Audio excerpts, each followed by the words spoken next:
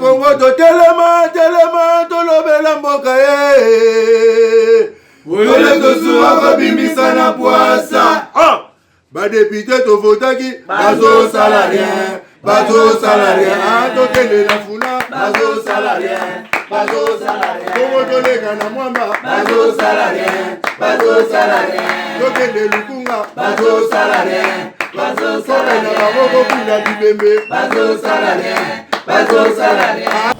to soit Paul Lelo to beti tout na bureau ya ministre provincial moko ya Kinshasa oze ba dibanga to yeko kami to yeko beta masuna e poto yeba nini ezoleka na secteur na ya industrie et commerce.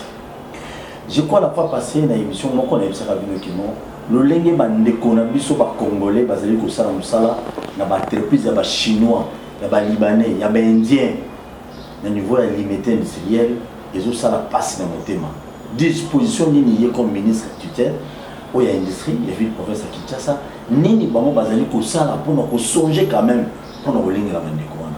Est-ce que Bantuana va expatrier on va une entreprise belé l'industrie yeli na Kinshasa est-ce que bazo ça on ça na non bazali en ordre de la ville à Kinshasa parce que les taxes il y a on des salaires qui no Kinshasa qui est soto l'état et qui est gentiment bilambaka il a besoin beaucoup d'argent pour réaliser makambo et belé aux apôtres intérêt à Kino.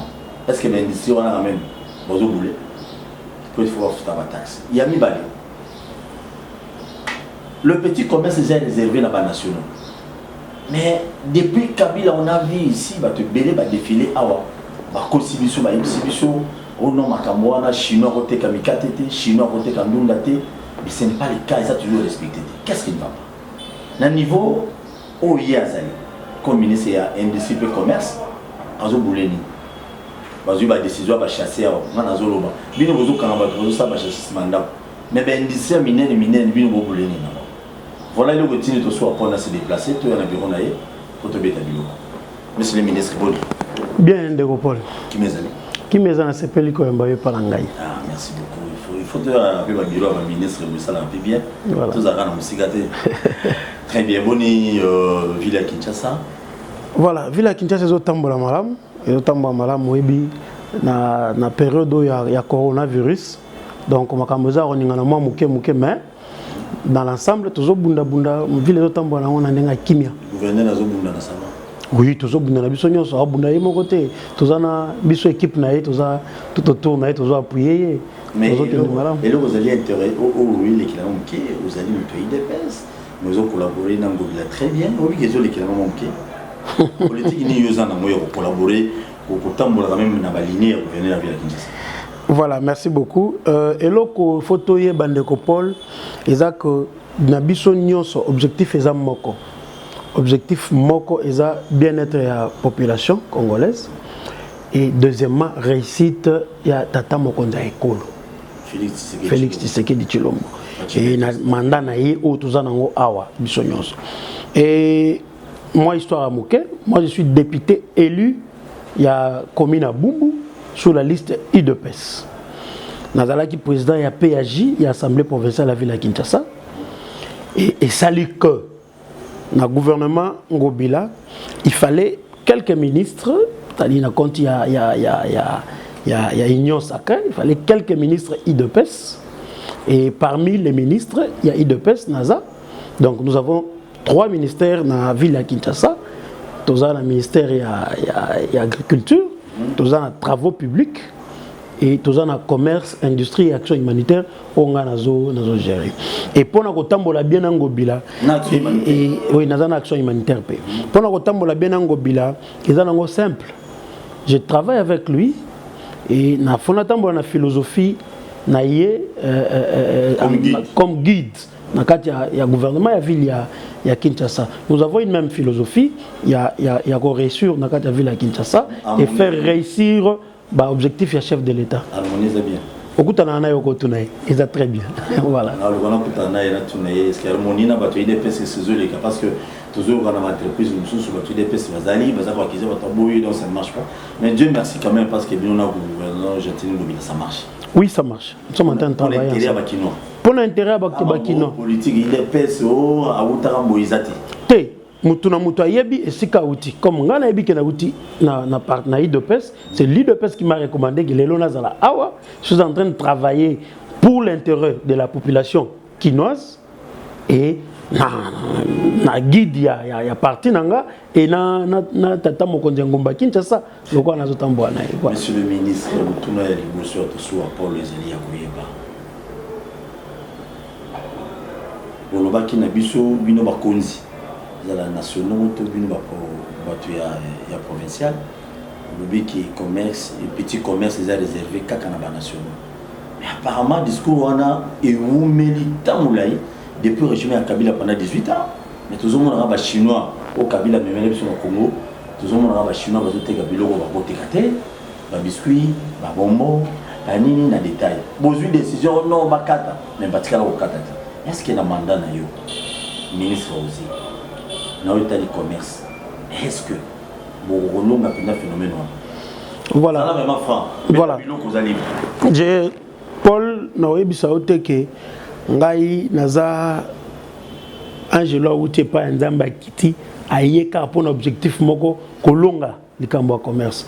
Eza bitumba ya mokonzi ekolo. Eza bitumba ya Gentini Ngobila. Et ça peut bitumba na ngai. D'ailleurs, pour ton information, nazo ki moratoire moko expiré déjà depuis le 5 avril. Depuis le 5 avril, na pesa ki ba ndeko nyos ba expatrié 5 mois, batala nengelini ba ko s'organiser pour que à partir du 5 avril batika kosala petit commerce. Et tozo ocho lobaki bolobaki to lobite mobeko nde lobi ba diskitana mobeko te. Mobeko est clair là-dessus que mutu oyo esengeli na ye a ateka na balabala faut azwa patente babilo ba commerce amike faut azwa patente et patente eza exclusivité ya ba nationaux.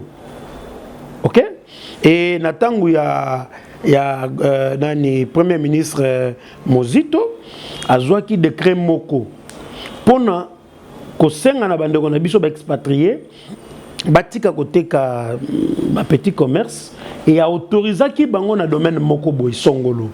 Parmi ba domaine autorisé qui bango ils a notamment vente ya ba pièces de rechange, vente ya ba bijoux de luxe, na ba habillement de luxe et na cause na ba dépôt pharmaceutique. OK? Autorisé qui bango à l'époque. Pourquoi? Parce que au moni pièces de rechange, jamais qu'on va gagner une pièce de rechange douzaine. Parce que ceux qui sont plaquettes à frein, bah côté que l'on douzaine t. Voyez-vous? Donc, bah autorisé bango place wana bah pneu banani biloko bah véhicule. Au bango bah côté ka, ils a bah mituka ya sika. Ne bah côté ka na moko. Moni et sika o ba meka autorisé bango. Et moi quand je suis arrivé dans le gouvernement provincial na orientation ya gouverneur Gentini Ngobila, j'ai pris un moratoire. Na iptaki bango ba se préparer à partir du 5 ba ça la sous petit commerce té.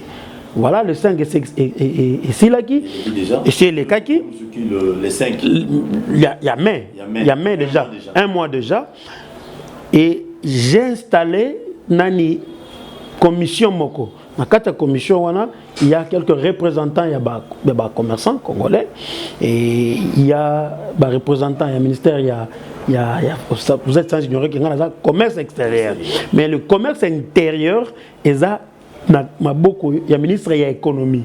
C'est pourquoi nous avons mis ensemble, Nabiso Bata commerce extérieur, Nabandeko, il y a économie, quelques représentants, il y a un ministère provincial, il y a économie, et quelques représentants il y a cabinet nanga moko et longona ministre provincial il y a finance na économie ndé tozana kata commission wana et to continuer au ça musala et nous allons descendre maintenant sur terrain pour na mutu oyo à respecter mobeko te lokola moratoire c'est là qui nous allons frapper sur lui comme nous avons frappé na quelques industries à ville à Kinshasa. Voilà. Le tout premier jour, je dois être clair. Le tout premier jour, nazo banda na marché de la liberté. Nazo ta la chinois te, nazo ta la chinois tan de gonabiso. Aza mutu, aza na makila lokolanga. nani libanais azapende ko na biso nani indien ndenge moko mais sauf que il faut kaka ba respecter mobeko mboka ozo comprendre ce que tozoka na bango te place dans ce qui bango ba respecter ka penza côté la pena faute na bango te pourquoi parce que bino mo ba konzi comme ça bango ba pi bino mo ba konzi bo protéger ba libanais ba chinois ngana oyebisa yo Paul na bureau na ngai na ebité soki na sina yamba un chinois ou un expatrié parce que je n'ai pas l'importance de yamba bango moi je fais mon travail et bango ba yena musala na bango voyez-vous et d'ailleurs na kata commission nous sommes en train d'envisager to ba ki s'appelle bande kwa deuxième quand nous frappons directement de quoi deuxième azo tout na yo séjour na yo parce mais oui mais on a stratégie mais oui directement à ça l'erreur parce que tu as dit que ba misusu photo beta biloko ba misusu bazoya na ba conteneur ba misusu bazoya ba batami na kata ba conteneur sous prétexte kaye na makanisa 5 chantier ou bien ko ba bino boye ba ka keno za mutuka boye ba ka za mituka nzoka na kati wana il y a de personnes ba batami na kati wana il y a des choses qu'il faut vraiment vérifier et le commis chinois moko commis tango ya komi asali mwa kopa ozo simba bengi sindeko na yemoko boy afongolele mwa le gablo pembeni afuli ndenge bandeko na biso ba West Africa basala ba Nigérien ba Ghanéen ba tout ça bazé belé o ba ça ba biloko wana donc nous sommes en train de nous battre de sorte que c'est vrai ba domaine monsieur za bisoté tango na kiti sur terrain na moni que ozo respecter mon côté en matière à petit commerce na frappé yo et maman on t'a déjà mazawana à tout nos séjour so pesa li que séjour ne pesa malamu te papa ozo imboka na bino tout la mushi azalo zongi c'est le ministre on a boule mabe tes vrai boule pour nous soutenir classe moyenne na kata mboka na biso voilà parce qu'on a mis tout nos qui simba pour bato na beli baza il faut na beta pena biloko ya sérieux pourquoi parce que bato na ba protéger mingi pas ba konza ba mila mususu ndeto yoka il semblerait ba protéger ba généraux ba colonel so simbi j'ai so simbi quand moi si ko ozo baté coup téléphone monsieur le ministre s'il vous plaît c'est le général Y. Mais pour ton information, tant on a frappé qui na domaine à industrie, j'ai eu des coups de téléphone. Mais il y a des coups de téléphone on a eu. Moi je nazabo, moi na kata Congo awa, pour limbisanga fona lobango. Monsieur le ministre. Na kata Congo, ndenge na travailler na Gentini Ngobila. Et na koki kotika procédure moko na bandaki ka ata musoso ki Gentini Ngobila benga na téléphone et puis dit tika loko na ou bien pour la ville ou bien na yo ki vraiment que non chef de l'état yé moko bisinga que non ti osé tika expatrié wana et je suis sûr que à Osalango ils prennent l'état de droit Gentini Ngobila azo prôner pas état de droit bisonyo zona kata philosophie tata mokonzi ekolo donc c'est tout ngapé siko muto idps donc na yebi que batwana mi balé ba obenga ngati à part bango mi balé na mona mutu mususu na auto c'était parce que mon chef direct c'est Gentini Ngobila et le chef direct ya Ngobila c'est le chef de l'état. Voyez-vous, donc c'est simple. Les gens ont simple. Ils ont débat place on exaté. Voilà. Babenga problème exaté téléphone na ngeza babenga na bango mais bayeba ke na ko respecter yango te. Ceux qui écoutent expatrié mambo azana libunga azana ba norme te. A repesa nga téléphone ya moto azo protéger na robo ya te na ko téléphone so gaza général. Oui, ce cas général. Ce qui passe ali, je ne sais pas moi nani na mboka na biso, na oyebisa bon, ndenge ka na yoki kezayo, lobi no tango na TV na Paul Tossou. Mon général, c'est pas tagno na TV maman bongo. Vous savez, ezana na sala analyse mon chaque fois monsieur le ministre, qui était en tout monde avec expatrié na ba libanais ayi piaka, azongi millionnaire, bato musu ba lo babino parce que va protéger. Mais Dieu merci, avec le président Félix Tshisekedi, Batouana va recevoir l'avantage de Basoua qui n'a pas été canadien. Pourquoi? Tobi m'a rappelé les Libanais en Moka. L'avantage au biso, Bapaya, dans le pays Moussous, ils sont très limités par rapport à l'avantage aux Libanais, les Chinois, les Indiens, les Bananes, les Bazouaka. On a des contre, mais l'avantage de moi, il est tellement belé, par exemple, qu'on va causer un peu de Kanamis. Ok, Bazo gagner belé, Bazo tomber en Moka, Bazo développer un pays, mais non chez nous. Bazo ko amasser ba milliards awa les autres qui Liban. Voilà. Donc Bakonzi avec beaucoup de respect, salut, c'est le moyen Zali, chef de l'état les bilo ba benga au protéger. Ceux qui expatriés ça va non mettez couper un ministre. Les Chinois vont noter comme makala na ngaba wana na hivi sio wasukandeni ni. Ba Chinois ba noter comme makala. Aux assure. Maison communale à Makala. Nous allons traquer. Nous allons traquer. Tout traquer. Chinois. Boya no Makamba. Mais si vous avez un peu bon, au moins, le contrôle est vraiment approfondi. Et d'une manière superficielle. Le contrôle est vraiment approfondi. Parce que la loi est bien claire quant à ça.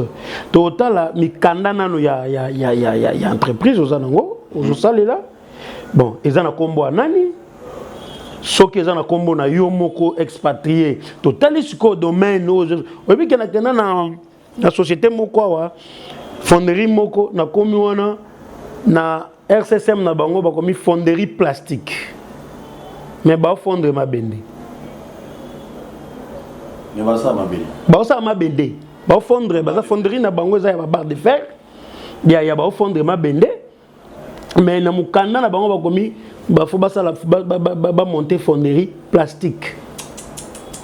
Moi je me dis moi je me dis bon muto yo na tunie papa fonderie plastique et tout ça qui écoute na honorable Jekoko ote basala ke rare ba koleba comme fonderie nani ya mabende ba komi ya ba copal. Vous imaginez, et c'est ces documents là ndazo utiliser nakangaki.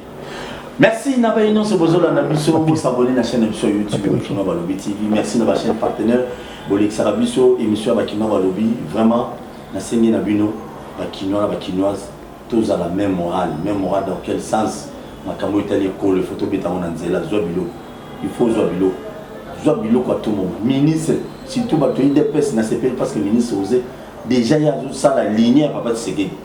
Azo gérer azo ça maman corruption na se peut-être dans le biata au indien mon tout expatriement dans la côte de bureau naï c'est mon naï alors bino ba tout sous au président Félix na ba au cadre de l'EPS ba zo pes opportunité mo gérer bokeba boy qui nous gérer dans le coso nzalate na côte na sala boy et au sala son ba mo semson à la voix zaï au ministre moi il est pes aïbi bien que tous la procédure non jusqu'à la humanité monsieur le ministre makamo industrie tu y es sur quoi ça va dire qu'on a vu belé ni dans une introduction parce que nous comme on a limité industriel il souffre sérieusement des fois bah monsieur va travailler bah na ton type pour répondre à 3000 francs bah na ton type pour répondre à 4000 francs bah na ton type pour 5000 6000 francs na mbongo ya muke mais sur otali makambo misala au batona bazo sala ya muke ils ont côté avec expatrié on a battu plusieurs millions mais mon côté à bêta tout kuna pour à résoudre.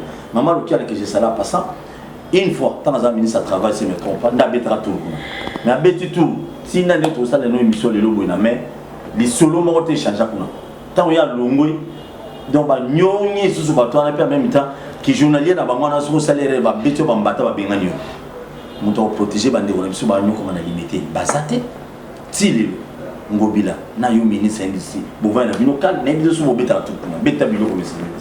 Voilà, merci beaucoup. Mais pour ton information, Yotang Maman Marie-Ange Lucana, depuis Aleka, mais pour ton information, on a attendre Koti, na salaki déjourté. Na salaki déjourté, na tamboli, na ba industrie nyonso ya ville à Kinshasa. Ah, tika boy, monsieur le ministre.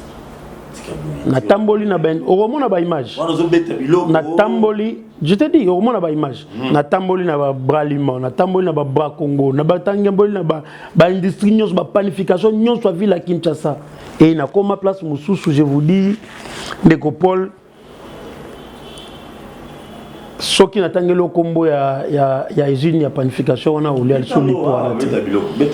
Je ne sais pas faire une campagne à mabe pour l'industrie moko Songolo, moi en tant qu'autorité, en tant que mais je vais frapper. Vous imaginez au combien dans l'industrie Mokoboé, Bayoki qui est ministre Zoya, expatrié nyonso baké batam. J'ai constaté que ce qui est commun dans l'industrie, ce qui est dans l'industrie, Mimi a limité. L'industrie nyonso a limité. Ce qui est Bayoki que le ministre est en train de venir, expatrié nyonso batami. Babimiseli au Congolais. babimiseli au Congolais. Non, ça dit balingi kutu ko contact na yo te, ils ont peur ba yebi makomba osala. Ça m'a bien mingi. Babimiseli au Congolais.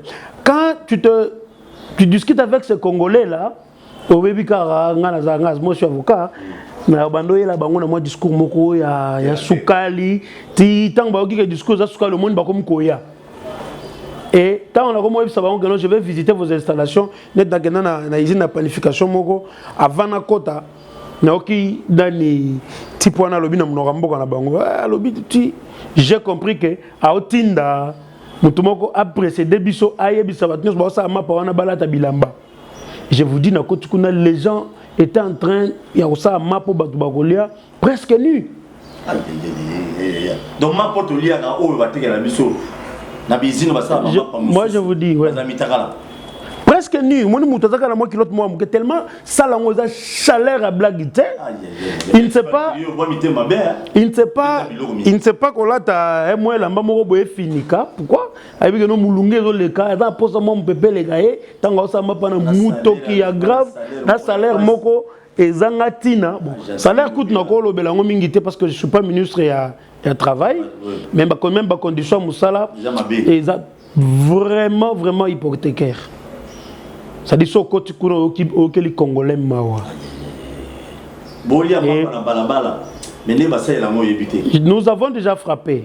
Nous avons déjà frappé. Je ne sais pas citer le nom d'une entreprise. Awa, mais mon ami Kanda, tu frappé déjà. Naké na fonderie moko récemment, tu chokinena honorable Jekoko. Pitié. Pitié, fonderie wana, soko zo mona ndenge ba olamba li bende, les gens, ça dit baza pene na liwa. Vous imaginez, je n'ai pas pu évoluer Congolais. Congolais nazo sala. Congolais nazo kota li bende na kata ba four wana Congolais kota li bende na maboko, vous allez voir ça dans les images. Congolais zo kota li bende na maboko, ezo yanuka, au mona mai wana ezo uta likolo ya moto, c'est dit je vous dis sans protection. Ngamo kutu protection. Au mona image wana, ngamo na ozwa ninyango na tana sangi bango pona kota wana, bo pesa ngai ba nani ya protection. Ba pesa nga casque moko, eza lokola mutu nani ekoti ya bulanga ndo, ezo ningana na mutu boye. Je vous dis j'ai eu du mal. J'ai eu du mal. Monsieur le ministre, Beta Biloko. On était avec l'honorable Jekoko. Il écoute un courage à Opoussana. Non, honorable, c'est la mort. Au moins, Libenda Moto, et les Kamoutouna, je te dis, c'est très grave. Voilà, Chinois, ils ont fonderie à Chinois. Donc, on va télé Moussika. Batemi Moussika, n'a pas papier, n'a pas cahier. Et j'ai même dit aux Congolais qui nous a reçus, dans un petit bureau, Moulungue, comme vous ne pouvez pas imaginer. Et quand je suis sorti,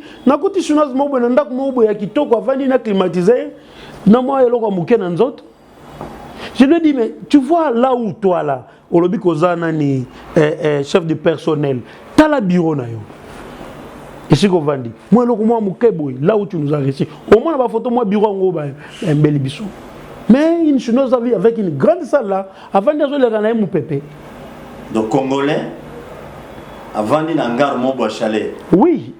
Kaka sikoyo na opesa yolet et na fsi bango donnez-moi le preuve de paiement ya ba taxe à ville. Voilà ko tozaki mawa. Ba futa taxe. Il y a industrie à mon côté ba futa. Babi miseli ngai signature ya à l'époque. Babi miseli ngai signature moko ya ministre Guy Matondo à Sakenda, il y a, je crois, 2018. Mboula bango ba futa taxi yangwana. 2018 ne bande likutu. Ne bango ba futa taxi ya nani ya autorisation ya exploitation ya ba mitraille. Deux ans manque à gagner pour la ville à Kinshasa. Pour l'État congolais. Il y a même une entreprise ba komelinga yawa depuis 2017, tous en cessation, il y a production. Et bon exemple, tu as besoin de taxe, tout ça là, sous tête comment liquider kaka, bah produit tout ça là. Je suis allé dans le supermarché, ngamoko na sombi produit na bango, bah produit le 4 avril. 2021. Bazo, il va toujours l'État congolais. J'ai envoyé une équipe sur terrain. Bah, quand ils vont fonctionner. Et je devrais descendre sur terrain. Ces gens-là m'écrivent pour me dire que oh, Koya tête aux en Ramadan. Gandé. Non, monsieur le ministre. Nous avons besoin que nous fassions l'inspection dans l'État pour la ville de Kinshasa. Bah, expatriés, on a pas Bazo que Koya tête pour en Ramadan. Na komeli ba on a ici bango na bi ngai bon admettons que naza mutu ya dibundu dia Congo. Ramadan est le belangani. Ou ndenge naza chrétien boye. Ramadan et pas nanga isa l'autre côté. Je suis chrétien. Né de nouveau d'ailleurs. L'église de réveil. Mission chrétienne Néhémie. Imagine nga chrétien boye Ramadan. Et le Belanga est l'autre côté. N'a rien à voir avec toi. Et puis, quel rapport y a-t-il entre le Ramadan et l'entreprise? On ne dit pas que tous les gens qui travaillent dans l'entreprise ne sont pas musulmans, non. Mais voilà, si tu es musulman, ok, mais l'entreprise continue à fonctionner. Tu pouvais dire, bon, comme je suis en plein Ramadan, tu vas fonctionner parce que tu es en plein Ramadan. Mais bon, vous fonctionnez comment? Excellence, vous comprenez maintenant ce que j'ai dit au début. Qui va expatrier belé bazouara ba konzi na biso ya Kinshasa to ya Congo na valeur te. Pourquoi? Parce que ba message ça bon na cop na kanyaka moi 10 francs 20 francs, donc il faut tout ce qu'il peut. Maintenant il y a une différence. Au moins ba konzi ya tour yo eza ba konzi yo son excellence monsieur le gouverneur alobaki na Congo ya Fachi Beton ate kazando aobanga okemutako kitoko. Ba député oyo ba député na biso ya Kinshasa bino ka mama zandu ngobila zandu tala ba ndeko na bino ba mona ba bazokufa bunu ka place ya non je sais pas bino ka zandu donc Kinshasa to manda ya mobiliser ka zandu mais maintenant moi tout soit je vous demande aussi ba biloko oyo ministre akendaki avant que ministre akendifo bino ba député bo beta tout zo biloko biloko to soit pour na bimisa oyo ezali pour na kolakisa bino musala pe ya ba député provincial ba provincial na biso ya Kinshasa to vota iba mo pambati ezana misala musu ba ministre ba komosa il faut contrer ba ngoni ba ba dokinu buka ba information na ba ko pesa ba ministre bokendo landela muto bo sala boy ba konzi comment bino boyi kondi ba président Félix Tshisekedi avec beaucoup de respect excellence monsieur le président ngana otinga magana yo pesa ba instruction ba entreprise belé aux ana limité ba ndeko na biso ba sala misala ata kama ba kanza tikolo za na bomu ba chinois ba zo gagner ba millions mais ba pesa ba ndeko na biso ba 6 000 3 000 4 000 francs. Excellence bocha tous les moyens nécessaires ko zongi sa ba expatrier nyonso na nzela ko ba nyoko ba ndeko na biso na limité.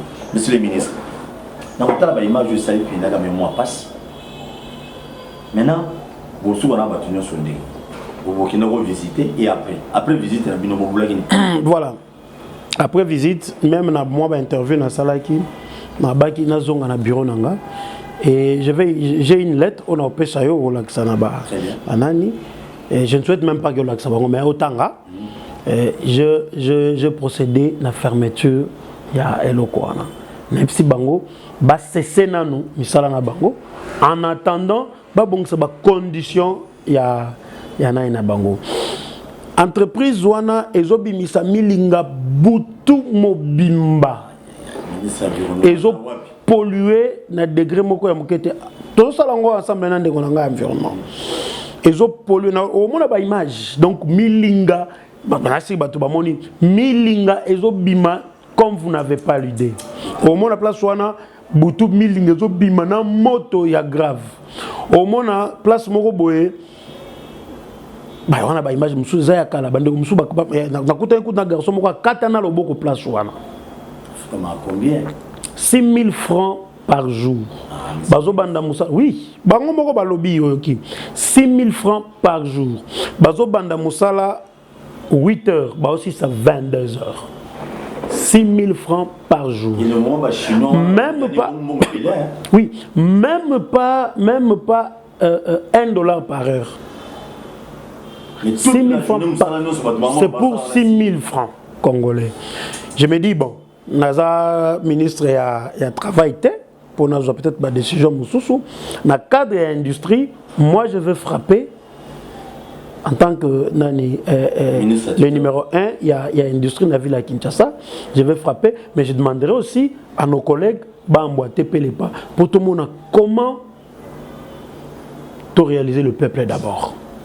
Voilà. Je suis parti 6 000 francs par jour. 6 000 francs par jour. Dans quelle entreprise Moko? Et comme par hasard, nous avons instauré extampillage. Il y a produit localement. C'est-à-dire, dans les jours à venir, on a un exemplaire, on a une bouteille nyonso. On a étiquette de la ville à Kinshasa. Pourquoi on a eu initiative il y a extampier les produits nyonso? Et ça pour protéger les populations. Tu t'imagines, nous avons un maïs. Mon biso tozana ba scan ya QR code na ba téléphone na biso nazwa mulangi moko ya mai ya ville moko kaka na ville ya Kinshasa awa ya société moko ya ville ya Kinshasa na scanner QR code mulangi ya mai oyebi QR code pesa information nini keza vélo. Monsieur le ministre, c'est comme je te dis, donc c'est-à-dire ce sont des gens ayena ba QR code monika QR code de belé en désordre. Yemoko wana a importé un vélo, Yemoko wana a importé une pièce de rechange, Yemoko wana a importé. Maintenant, quand il faut mettre les QR codes, on ne sait pas mettre ça dans la place il faut. Parce que QR code il y a ordinateur, babambi na mulanga mai, bazu QR code il y a mulanga mai, babambi na vélo. Je vous dis, j'ai scanné Nathalie Boibimi vélo. Que non, et l'eau que les a vélo. Or c'est une bouteille d'eau. Voyez-vous, c'est que bazo sala chose grave et ça ko kolobama be ya bandeko ya OCCT mais l'entreprise wana na investigation nga tant on a interpellé bango baza même na ba avis favorable ya OCC ba avis favorable avis favorable il y a une entreprise où ils ont ça là ba whisky je suis allé, ils n'ont même pas un laboratoire. Ils ont un mélange à soukal. Ça mélange à soukal, il n'a pas un bâché, alcool de bon goût, et quand je vérifie le document Banango, tu te rends compte que n'a pas vie favorable, il y a aussi ces années. Dans le but peut-être, je ne sais pas peut-être, ils ont Bajan. Oyo na ndenge na bango ba livrer ba nani wana soit bango moko ba entreprise wana ba falsifier ba vie favorable. Et je suis en train d'écrire à l'OCC pour la contre-vérification de documents au Batouana. Vous comprenez au moins? Donc c'est vraiment très grave. Et tu arrives là-bas, chinois Zoïb na oyamba hotel. Chinois au ministre en Yambote. Mais au moins la image. Au moins la image. Heureusement que nous nous sommes imposés. Nous nous sommes imposés. Bon, bisoto sa musala et n'a frappé.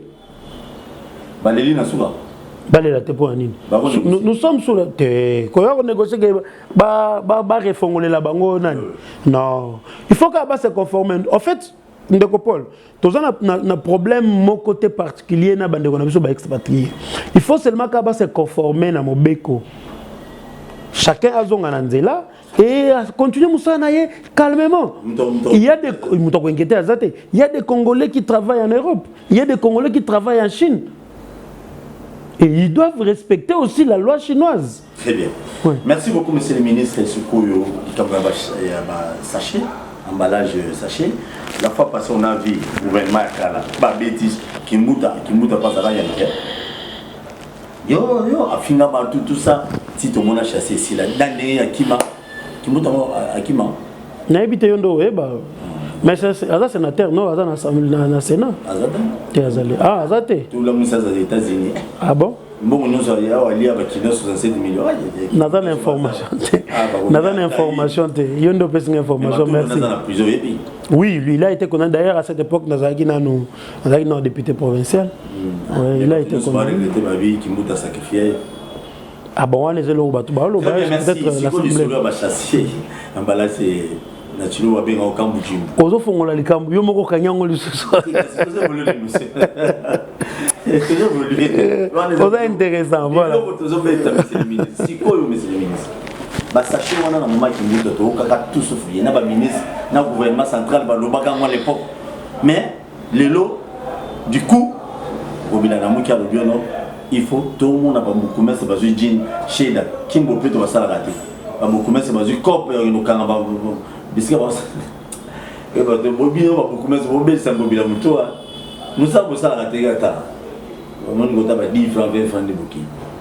le monde a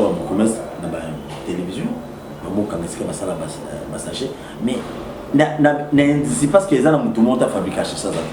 Je suis certain, il faut un matériel approprié pour être fabriqué. Bateau fabriqué, sachet basara limité. Moi je sais, basé bien l'économie, on va nous au Kangabangote. Oui, madame, pourquoi pas bateau assez? Voilà. Betabilo. Naoye Bisoye lo moko. En fait, le gouverneur de la ville à Kinshasa a péquisi chassé Nyosote. Si on a communiqué, il a péquisi emballage non biodégradable. Entre autres, c'est exemple, oui. Ça au pire. Mais ça au pur. Surtout Wanande, Tata Mokonzi Ngomba Kinshasa, Azayo Kakanda na bachase viva, Zoyo Kakanda Ponango. D'ailleurs, je félicite nos collègues Nanga y a environnement et Azosa Moussala. Pour ton information, quand on prend une décision, hein, il faut une mesure d'accompagnement. Na décision au gouverneur Azouaki pour n'akopekisa emballage non biodégradable. Mesure d'accompagnement eza nini. Mesure d'accompagnement nango omoni sotali lelo na kati ya ville omona ba mituka moko zotambola ba komi Kintoko. Ba mituka wana d'ailleurs je félicite ma collègue. Ba mituka wana ezo récupérer directement ba bouteille en plastique. Sotali so de leki na ba centre ya ko ba boaka. Net na sayo na fula sayo ezali voilà net na fula sayo wana omona ba chassa minene ba garçon ba nango bazolo ba milangi wana bazocha c'est pour lutter contre nani wana ezobebisa na oui et oui ezebele nous avons commencé l'entreprise moko toko mana mibale toko mana misatu parce que aujourd'hui poubelle ozomona poubelle ezaraso eloko obwaka te on ne jette pas. Poubelle et les appels matière première pour na kosala eloko moko songolo pakala. Parce que ce qu'on utilise bouteille en plastique wana. Et là biloko ba boaki n'est-ce pas? Tu utiliser bouteille en plastique au boaki et ko boaki na kata poubelle. Et ce qui te récupérer en sous d'autres sièges ba ça lango ba pavé. Ils ont remplacé même ba makadam ba route secondaire. Et ça ma ba ocha ba pavé, moi ba pavé on appelle ça très durable par rapport il y a béton sous toujours ça là. Donc actuellement, la mesure d'accompagnement il faut ezala. Parmi les mesures d'accompagnement, il y a recyclage. Les poubelles wana. Recyclage de la bouteille en plastique. Moi, na kata communiquant au monde na souka, le gouverneur va instruire le service, il y a industrie, il y a environnement. Chacun a ce qui les concerne pour nous. J'avais déjà commencé une première réunion na ba producteur nyonso ba emballage sachet. Déjà. Oui. Na ça na bango déjà réunion à Liboso au monde on a ba image na osana bango deuxième réunion. Pour na conscientiser bango pour na ese bango que non d'ici là ensemble avec ma collègue il y a environnement, nous allons descendre sur le terrain pour na vérifier respect, il y a communiqué, il y a gouverneur et ville à Kinshasa. En fait, c'est ça notre travail. Quand l'autorité prend une décision, Bisso en tant que collaborateur, il faut tout lander pour l'application. Parce que le gouverneur n'est pas, mais le président de la République n'est pas un magicien. Pour à tout moment, ici, Katsongolo Pakala. En fait, le gouverneur ne prend une décision, c'est à nous maintenant de relayer, c'est à nous maintenant de mettre ça en exécution. Voilà, c'est un peu ça. Nous avons déjà commencé, et ma collègue, il y a industrie, il y a environnement, je l'ai vu, Mikolo Outou, les gars, sur terrain, en train de frapper. Et on n'interdit pas aussi que, frapper, chasser, pour la propriété à commune, na beaucoup mettre nyoso. Voilà. Voilà. Mais ça, c'est important. Oui, Salango. Ah bon? Maintenant. La minute, non, Tenanga na eba. Ça, la minute où il semblerait, à Expolia, les champions. Oui. Mon enfant, le reste, c'est nous, $10 000 au gouverneur, après ça, ah bon? Mais moi, je vous informe que au Guinée, c'est l'embarras, ça avait Moussala. Ah oui, on te le bien, parce que tu dépêches. Non, ils ont quand même des pestes, bazar et belé. Viens dans un cas d'image au Bundafort. Ah, oh, parce que tout le monde a le logo du Milo, on a mis sur le bateau. Très bien, merci beaucoup. C'est Peli Makasi. Comme il y a Souka, il y a une émission là-dessus. La bande de Mamouno, toujours le Baoyo. On est qu'on a eu tous en Anda. Tala, sachet à Opi, on a vu à la télé. Comment vous ça la maille à Opi, il y a combien de sabbats, on a 100 francs à dire. Maille sanité, tout ça c'est incroyable. Et là, comme le ministre a lobby, c'est une passe. Et c'est qui ma production est liée à quand on a là. Tout le monde a une entreprise à miner, il a commis ma publicité à la TV. Le lien est la map pour avoir ça défendu. Avant de lire pendant qu'il y a Mikolo intercédé bien un million de pour nous tous ça là déjà Azani, c'est le lit pour lire. Donc on a je dois compter ce que soit dans des démons et 1860. Mais aux hommes plus coûte. Le raison parce que le président Félix a tiré un mot on a si noté des mots on va nous côté bien dans la sans côté. Monsieur le ministre de communication beta bilo asuka. Projet d'avenir. Voilà. Projet d'avenir. Il y a ministère, Industrie et commerce. Voilà. Et d'abord, ensemble avec l'autorité de la ville, nous avons beau discuter. Mais il qui est nabi na tête du ministère Oyo, n'enga na komiango.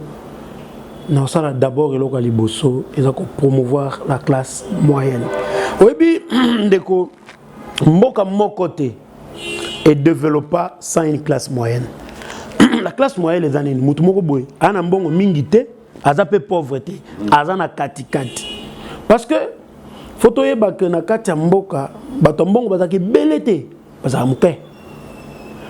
Bato bazaka ibele ils sont pauvres dans la classe moyenne. Et classe moyenne, ceux qui ont appui le gouvernement de la Kinshasa, dans le cadre de raisonner projet Moko, il a créé fonds Moko, il y a industrie pour la ville de Kinshasa. Rien que pour promouvoir le petit industrie, il y a ville de Kinshasa. Surtout il y a des nationaux. Il y a un projet d'avenir, il y a les Bosso autour. Et deuxième projet d'avenir pour l'industrie, d'ailleurs, na session budgétaire, je ferai un effort pour que nous devons installer des fonderies artisanaux dans le district Nyonso. Nous avons bien fonderie artisanale. Et bon, il y a ville à Kinshasa.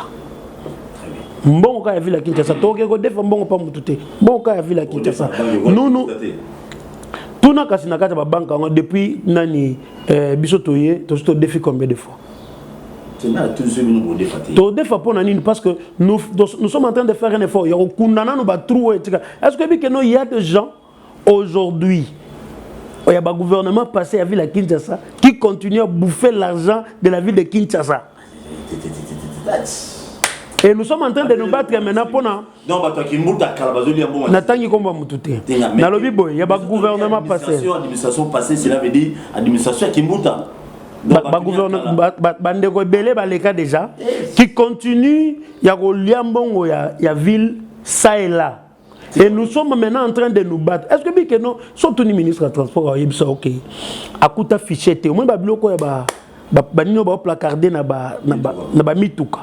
A kuta fichette il est en train de créer sauf que le ministre du transport vient beaucoup sur Zali que notre traçabilité Zala qui il est en train maintenant de créer ça et maintenant les gens disent Mboko Somoibi, Azoïba Mbongo, Chef Kenokanga, pendant que Azoluka de traçabilité. D'autre part, Babylone comme Abé, Zosa Manakata ville à Kinshasa, assassinat, Banini, Boluki, bon identifié, Moutra, il y a pas, parce que normalement, quand le taxi est identifié, il faut la police passe à la fichier. Aïe, Bagano, soit bête numéro tel, papa, au Bimisi, qui est taxio, et ça, Yamutu, monsieur Badi Banga Chilumba, Nani, chauffeur, Nae, comme on a été, mais l'eau, on les a été. Vous imaginez que traçabilité, Zateka, pour nous arrêter. Il y a des gens qui ont fait ça expressement. Et maintenant, nous sommes en train de nous battre. Maintenant, là, pour nous quelques maboulou, quelques batrous, ou etikala, pour que mon écoute à ce qu'on a à l'État. Moi, je vous dis, fonderie, on a des bichots de nous allons faire ça avec l'argent de la ville de Kinshasa. Très bien. Merci beaucoup. Donc, vous comprenez, moi? Le projet d'avenir est belé. Surtout quand ils ont vraiment belé. Pour le projet d'avenir, il faut, mais comme pour le ministère, il y a commerce. Pour ça, Soki, Olingo Yeba, commerçant Songolo Pakala, ya ville à Kinshasa. Au quotidien, à partir de Internet, au bêti papa, directement, on te donne ton identité.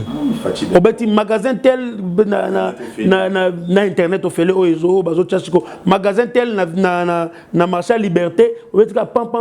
Tout est sorti. Et dans le magasin Lelo, il y a des expatriés, pour ton information, au moment où je prends un exemple. Paul Tosoua, business. Mais dans le cas de Paul Tosoua, business, il y a plein de magasins à Batoumoussous où ils ont caché dans Paul Tosoua business. Oui, c'est comme depuis moi, il y a Kala. Il y a des Chinois, de ce cas, il y a des licences. Voilà. Tout ça. Vous imaginez, est-ce que Eza Sunga Mboka parce que les lots, comment le Bakaka comment le Bakaka, le peuple d'abord, Kaka Bakondinde Batambo la Mituga ya Malamu, Banani de Basala, Banani Basala Boy. Tenga Nakutso, le Kena Parking, Wakuta Ketch. Ministre Leka. Voilà. Ministre Leka. Il y a une loi. Ministre intérieur. Mais papa, tous dans le peuple d'abord. De Gonangaï. So qu'il y a un parking, on a un catch moi grise, on est zanga. Il y a un ministre. N'attends la catch. Non, c'est une méthode aveugle. Le problème est animi. C'est comme le papa Tshisekedi disait tant batou naïe, mais on l'a ta sous veste te poignabi, na on l'a ta veste jou Congola bandoliamba misato. Parce qu'il avait le souci de la population. Et la RCSM. Comment la ville de Kinshasa ou le Congo va remplir ses caisses? Polo, il va foutre un fonctionnaire bien. Mais tu es député, tu vas passer devant Nani, au télémolobi que non, population congolaise, mais qu'est-ce que toi tu fais? Dans ta communauté, je te salue, ça la partie politique, mais c'est sûr, les Chinois, on va toujours dans la belle, je ne sais pas. Mais monsieur le ministre, qui va dire divisionnaire, ils ont tout le monde, ils ont rationné l'entreprise de Belé, comme ministère de l'Industrie, nous avons un secteur, nous avons un divisionnaire, national. Bon, je ne peux pas vous livrer une information où on a bandit si bien. Nous avons mis en nous et na obeta biloko dans les jours à venir. Merci beaucoup. Batunyo sobozo yi bambongo na kombo ya ba ministère ebele. Au moins ministère de finance ba divisionnaire ba tata na bongo na bureau pour là. Ba yi bambongo ebele ba futa ba tebele bambongo et comment on a caisse. La caisse habilité. Donc pour là j'ai recette des de part et d'autre et pas surtout ba to ba longo ate wana. Ba tata wana ba divisionnaire, ba chef de service ya. Les états de bureaux occupés qui le binotina. C'est la division. Monsieur le ministre, plus merci. Moi, le Loba Bokaboni. Le Loba Bokaboni, Zaka, qui est un raisonnement moqué, pour Biloko, Robert, Zaki, Bélé. Mais Bélo, Moué, comme Melanga, Nake, la place Monavani, Namela, moi, Maïnanga. Maï, Kaka, Maï, na autant comme Maï, pour la publicité. Mukolo, place Wana, Elinga, papa, tala document, oh, bâtiment, baïko dérangeant. On a signé un document pour Bassala, va recouvrir taxe Moko. Il y a des boissons alcooliques. Oui, que avis de passage, il y a commune. Dans tant que commune en Gengi, avis de passage à commune, baké kotanga na ba RCSM, besoin contrôler ba biloko télébélé. wana tango ya maman Mujina. Kaka sikoyo awa ne nazali awa ministre avec ma signature mais au moins bango bazu ba chesko annexe. Baba kisi ba biloko belé. Et que vous savez ce que j'ai fait? J'ai retiré directement mon ordre de démission. Tant les amoké biloko olobeza ki belé quand même nous sommes à service nous sommes en train de laver to bongisa makam parce que ce que tu même ministre professionnel la fonction publique ba fonctionnaire oyo ya yebi pour na ville à Kinshasa na oyo ba futa maga mais rôle là ba futa mabaze belé soki oya yebi ba muke baza muke soki ba cadrer ba encadrer makambo wana bien bituma toza na ngwana karaté oyoka ako lancer recensement ya banani ba fonctionnaire sur ville à Kinshasa et OK laisser comme sous beaucoup de fonctionnaires na carte de service autant sur ville à Kinshasa habité à la carte de service au ville habité la ville est délivrée été ce qu'il faut tourner à jouer pas nani